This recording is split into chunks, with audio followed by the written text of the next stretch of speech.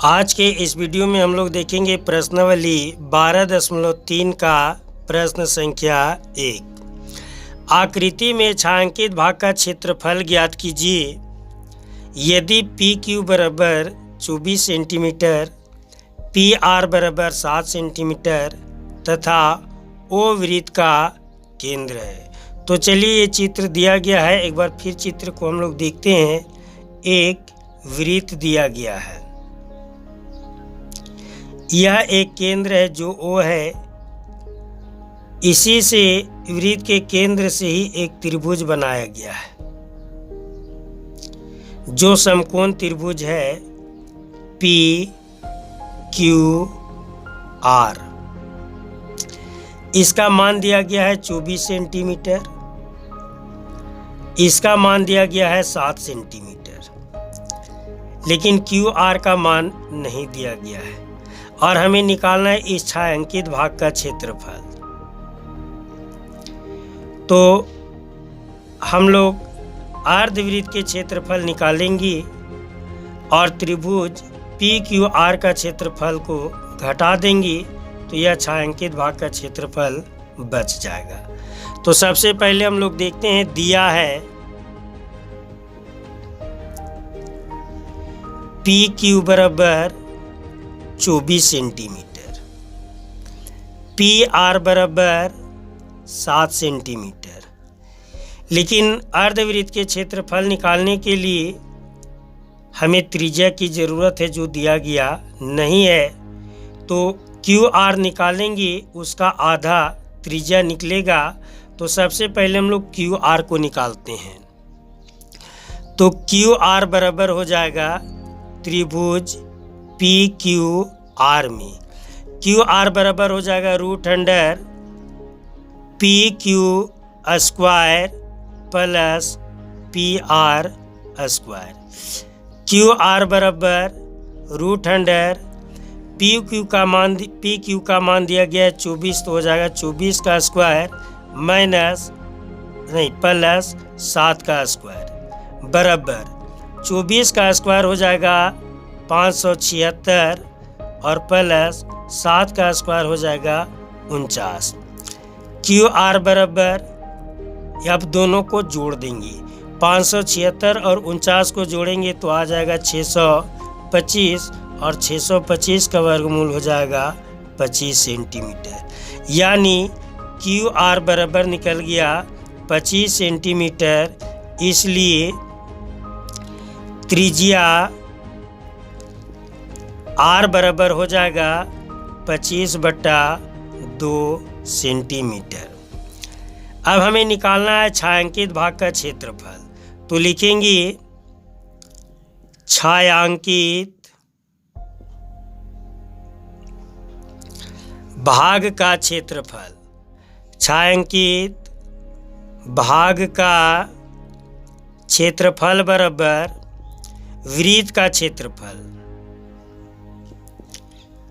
तो यहाँ पर वृत्त नहीं अर्धवृत्त का क्षेत्रफल लिखाएगा, तो हो जाएगा अर्धवृत्त का क्षेत्रफल माइनस त्रिभुज पी क्यू आर का क्षेत्रफल।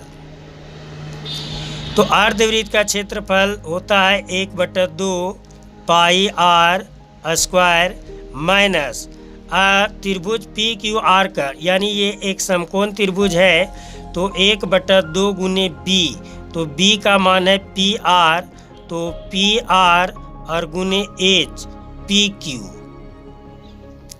अब हम लोग मान बैठा देंगे, 1/2 पाई का मान होता है 22/7 और आर का मान निकल चुका है 25/2 गुने हो जाएगा 25/2 माइनस, तो माइनस दिया गया है 1/2 पी आर का मान था 7 और गुने पी क्यू का मान था 24। अब ये कट जाएगा 12 दूनी 24। अब यहाँ ये कटेगा 2 से 22, 11 दूनी 22। अब यहाँ बच गया 25 और 11, तो 25 25 से हो जाएगा 625 और 625 को 11 से गुना करेंगे। तो चलिए हम लोग गुना करके भी देखते हैं। 625 को 11 से गुना करेंगे तो हो जाएगा 625 625।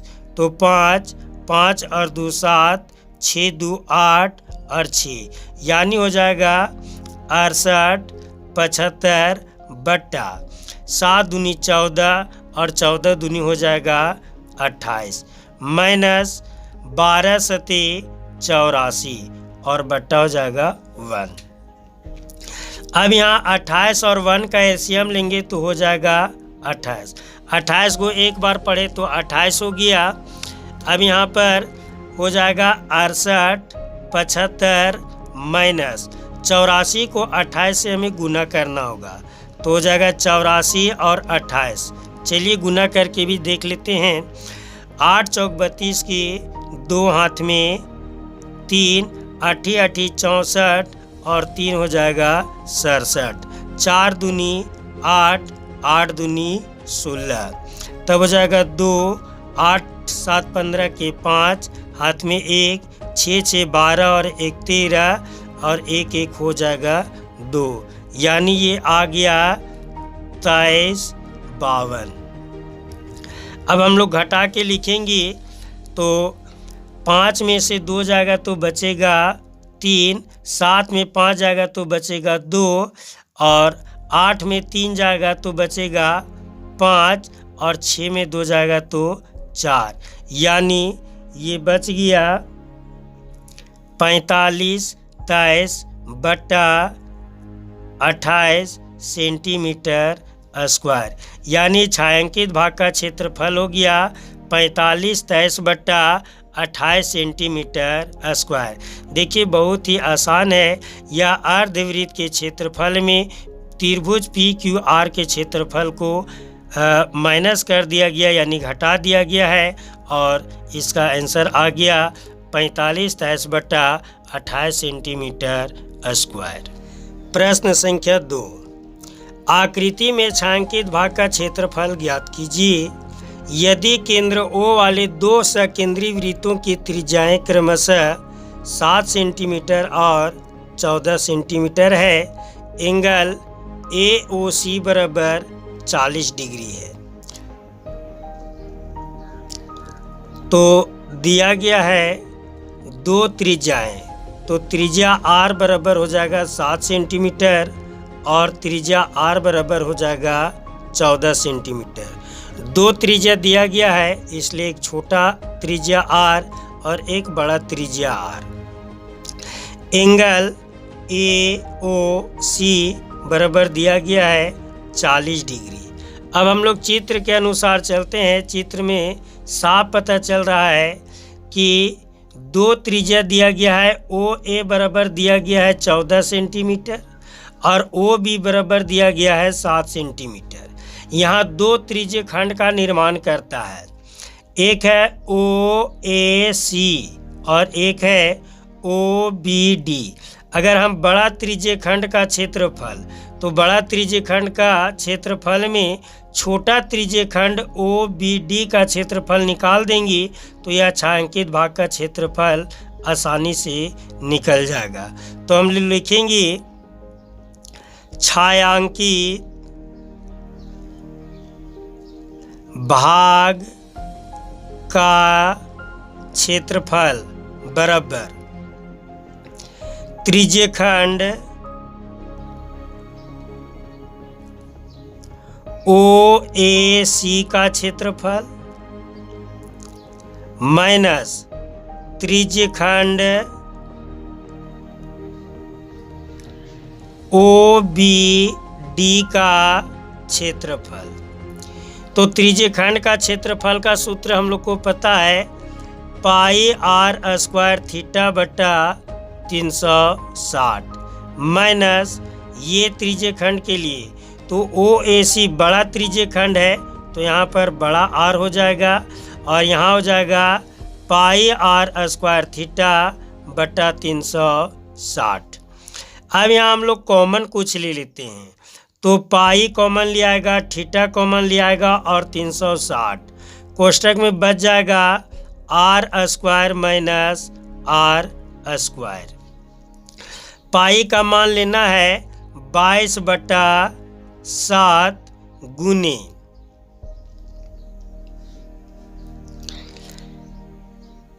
थीटा का मान दिया गया है 40 डिग्री और बटा हो जाएगा 360 और कोष्टक के अंदर हो जाएगा 14 का स्क्वायर माइनस 7 का स्क्वायर।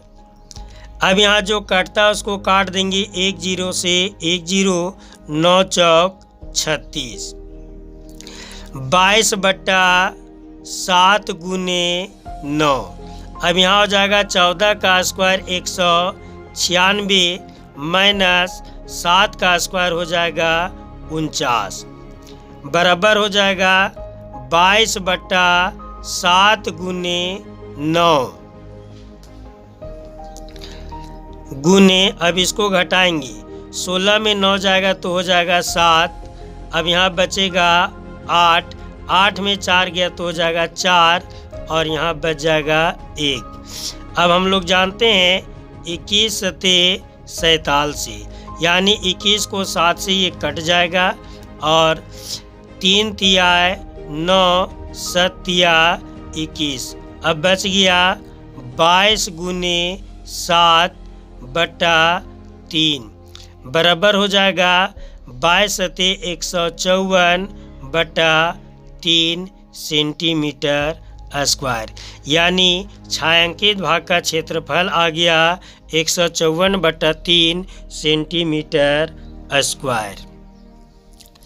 प्रश्न संख्या 3, आकृति में छायांकित भाग का क्षेत्रफल ज्ञात कीजिए। यदि ABCD भुजा 14 सेंटीमीटर का एक वर्ग है तथा APD और BPC दो अर्धवृत्त है, तो सबसे पहले दिया गया है वर्ग ABCD की भुजा A बराबर 14 सेंटीमीटर। अब यहाँ पर देखने से साफ पता चल रहा है कि यह एक वर्ग है, यह एक वर्ग है और वर्ग के दोनों तरफ अर्धवृत्त है। तो यह अर्धवृत्त को दोनों तरफ से काट करके निकाल दिया जाए तो ये छायांकित भाग बच जाएगा। तो हम लोग लिखेंगे, अब हम लोग को ये अर्धवृत्त है तो अर्धवृत्त की त्रिज्या कितना होगा, तो ये अर्धवृत्त का व्यास हो जाएगा, यानी AD और BC अर्धवृत्त का व्यास बन जाएगा। तो हम लोग लिखेंगे अर्धवृत्त का व्यास,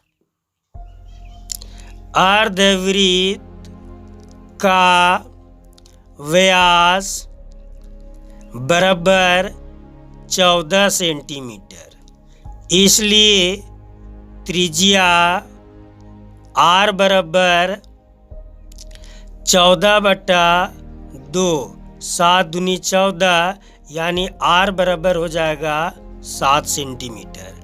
अब हम लोग लिखेंगे छायांकित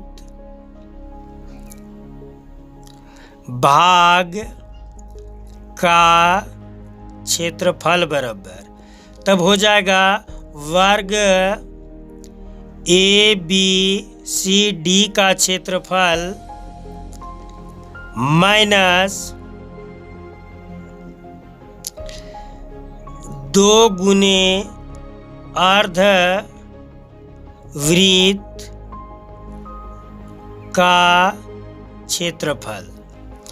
तो वर्ग का क्षेत्रफल हम लोग जानते हैं कि होता है भुजा स्क्वायर, यानी A स्क्वायर माइनस 2 गुने अर्धवृत्त का क्षेत्रफल हो जाता है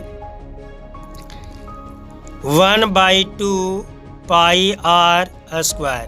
तो 2 और 2 कट जाएगा, A का मान दिया गया है 14 तो हो जाएगा 14 का स्क्वायर माइनस पाई का मान होता है 22/7 गुने R का मान दिया गया है 7 गुने 7, R स्क्वायर है इसलिए 2 बार, तो 7 और 7 कट जाएगा। तो 14 का स्क्वायर हो गया 196 माइनस 22 सते 154। अब दोनों को घटा देंगे, 6 में 4 चला गया तो बचेगा 2, 9 में 5 गया तो 4, 1 में गया तो कट गया, यानी 42 सेंटीमीटर स्क्वायर आंसर। तो छायांकित भाग का क्षेत्रफल देखिए कितना आसानी से निकल गया। सबसे पहले वर्ग का क्षेत्रफल निकाल दिए और अर्धवृत्त की संख्या 2 दिया गया था, इसलिए 2 से गुना करके अर्धवृत्त के क्षेत्रफल में घटा दिए। तो अब यहाँ फार्मूला लिख दिया गया है, मान बैठा दिया गया और सॉल्यूशन करके आंसर निकाला गया 42 सेंटीमीटर स्क्वायर।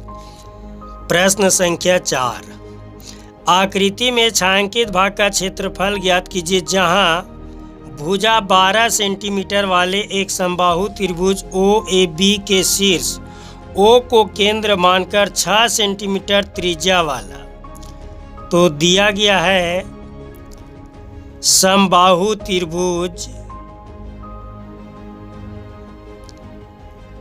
त्रिभुज OAB की भुजा A बराबर 12 सेंटीमीटर और वृत्त की त्रिज्या दिया गया है 6 सेंटीमीटर। अब चित्र में देखते हैं कि एक वृत्त है जो इस प्रकार से है। तो वृत्त में ये भाग त्रिभुज के अंतर्गत आ जाता है। तो त्रिज्यखंड का भाग जो है वो हम लोग को दिखाई नहीं पड़ता है और यह एक त्रिभुज बनाया गया है जो इस प्रकार से रंगा गया है। तो वृत्त के क्षेत्रफल में त्रिज्यखंड का भाग का क्षेत्रफल घटा देंगे और समबाहु त्रिभुज का क्षेत्रफल निकाल करके जोड़ देंगे। तब लिखेंगे छायांकित भाग का क्षेत्रफल बराबर वृत्त का क्षेत्रफल माइनस ये जो भाग नहीं दिख रहा था, यानी फिर से हम एक बार चित्र बना करके देखते हैं। ये भाग जो नहीं दिख रहा है त्रिज्यखंड के आकार का, तो माइनस त्रिज्यखंड का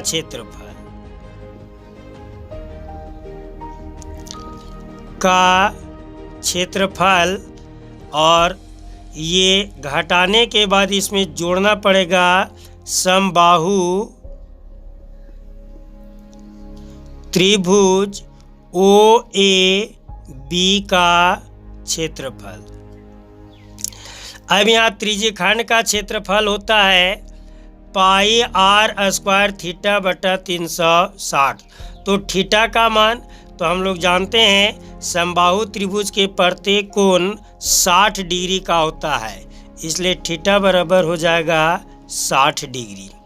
वृत्त का क्षेत्रफल पाई r स्क्वायर माइनस त्रिज्यखंड का क्षेत्रफल हो जाता है पाई r स्क्वायर थीटा बटा 360। लेकिन यहाँ पर समबाहु त्रिभुज का OAB का क्षेत्रफल को जोड़ना है तो यहाँ आ जाएगा plus pi r square minus pi r square theta बटा 360 और प्लस हो जाएगा समबाहु त्रिभुज OABC का क्षेत्रफल √3/4 A स्क्वायर। अब यहाँ हो जाएगा पाई और r स्क्वायर को कॉमन ले लेंगे तो पाई r स्क्वायर कोष्टक में बच जाएगा 1 माइनस थीटा बटा 360 प्लस √3/4 A का मान दिया गया है 12, तो हो जाएगा 12 का स्क्वायर। पाई का मान है 22/7 और R का मान दिया गया है 6 × 6 इंटू 1 माइनस 60/360 प्लस √3/4 गुने 12 का स्क्वायर 144।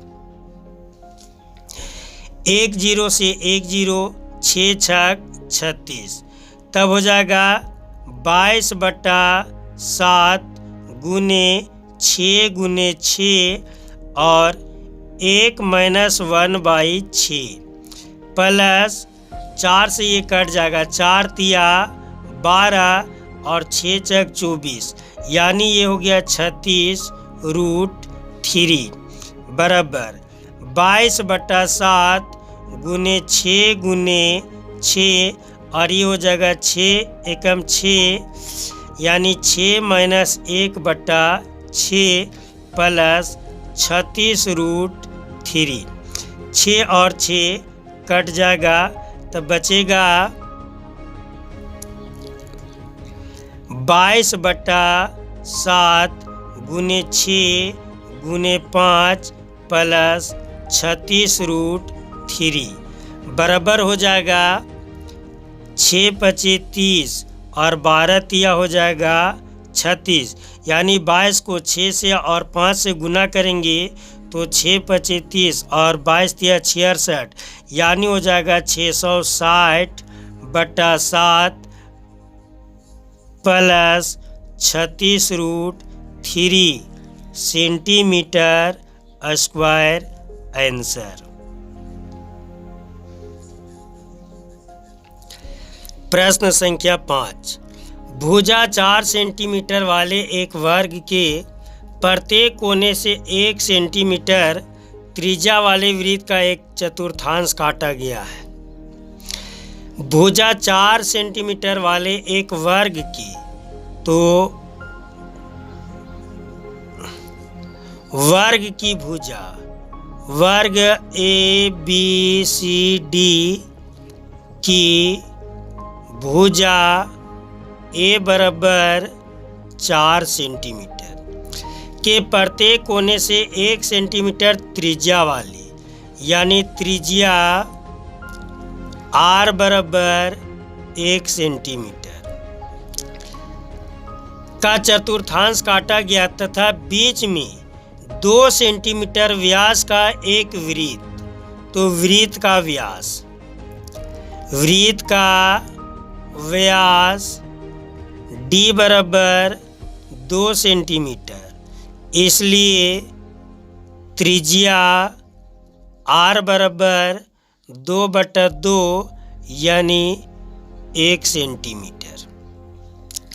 जैसा कि आकृति में दर्शाया गया है, वर्ग के शेष भाग का क्षेत्रफल ज्ञात कीजिए। चलिए चित्र में ध्यान देते हैं। वर्ग ABCD है जिसमें 4 गो चतुर्थांश है, तो वर्ग के क्षेत्रफल में 4 चतुर्थांश का क्षेत्रफल घटा देंगे और साथ में यह एक छोटा वृत्त का क्षेत्रफल उसको जोड़ के घटा देंगे, तो ये जितना व्हाइट वाला भाग दिख रहा है ये हट जाएगा, तो ये छायांकित भाग का क्षेत्रफल निकल जाएगा। तो हम लोग लिखेंगे छायांकित भाग का क्षेत्रफल बराबर छायांकित भाग का क्षेत्रफल बराबर वर्ग ABCD का क्षेत्रफल माइनस 4 गुने चतुर्थांश का क्षेत्रफल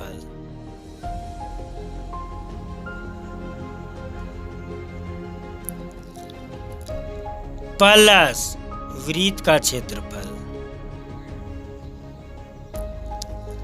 फिर से हम लोग ध्यान देंगे कि 4 गो चतुर्थांश है, तो 4 गुने चतुर्थांश का क्षेत्रफल हो गया और एक वृत्त है तो वृत्त का क्षेत्रफल हो गया, और 4 चतुर्थांश का क्षेत्रफल और वृत्त का क्षेत्रफल को जोड़ देंगे और वर्ग के क्षेत्रफल में घटा देंगे। तो वर्ग के क्षेत्रफल का सूत्र होता है A² माइनस 4 गुने चतुर्थांश के क्षेत्रफल का सूत्र होगा 1/4 पाई R² प्लस वृत्त का क्षेत्रफल का हो जाएगा पाई आर डैश स्क्वायर। तो 4 और 4 यहाँ कट जाएगा। तब ए का मान दिया गया है 4, तो हो जाएगा 4 का स्क्वायर माइनस पाई का मान होता है 22/7 गुने 1 का स्क्वायर प्लस फिर पाई का मान हो जाएगा 22/7 और फिर हो जाएगा 1 का स्क्वायर, यानी आर डैश का भी मान 1 सेंटीमीटर है और त्रिज्या आर यानी चतुर्थांश के त्रिज्या आर का भी मान 1 सेंटीमीटर है। तब 4 का स्क्वायर हो जाएगा 16 माइनस 22/7 प्लस 22/7, क्योंकि 1 का स्क्वायर 1, 22 में 1 से गुना करेंगे तो 22, फिर यहाँ 1 का स्क्वायर 1 और 22 में गुना करेंगे तो 1 होगा। तब हो जाएगा 16 माइनस 7 और 7 का एलसीएम ले लेंगे तो हो जाएगा 7, तो ऊपर हो जाएगा 22 प्लस 22। तब हो जाएगा 16 माइनस 22 और 22 44/7 बटा 1 कर देंगे, फिर एलसीएम लेंगे 7 और 1 का एलसीएम लेंगे तो हो जाएगा 7। अब 1 को 7 पर पढ़े इसलिए 7 आ गया, तो 16 सते 12 तलसी यानी 112 माइनस 44 बराबर हो जाएगा 12 में, यानी 12 में 4 जाएगा तो हो जाएगा 8, यहाँ बच गया 0 यानी 0, तो 0 यानी 10, 10 में से 6 गया तो 8 यानी 1 ख़त्म हो गया, तो ये बच जाएगा 68/7 सेंटीमीटर स्क्वायर आंसर। तो बहुत ही यह आसान है। सबसे पहले हम लोग वर्ग का क्षेत्रफल ज्ञात करेंगे और 4 गुने चतुर्थांश का क्षेत्रफल को काट करके निकाल देंगे और एक बीच में वृत्त है उसको भी काट करके निकाल देंगे यानी घटा देंगे। तो वर्ग के क्षेत्रफल में 4 चतुर्थांश और वृत्त के क्षेत्रफल को जोड़ करके हटा देंगे तो यह आसानी से छायांकित भाग का क्षेत्रफल बच जाएगा।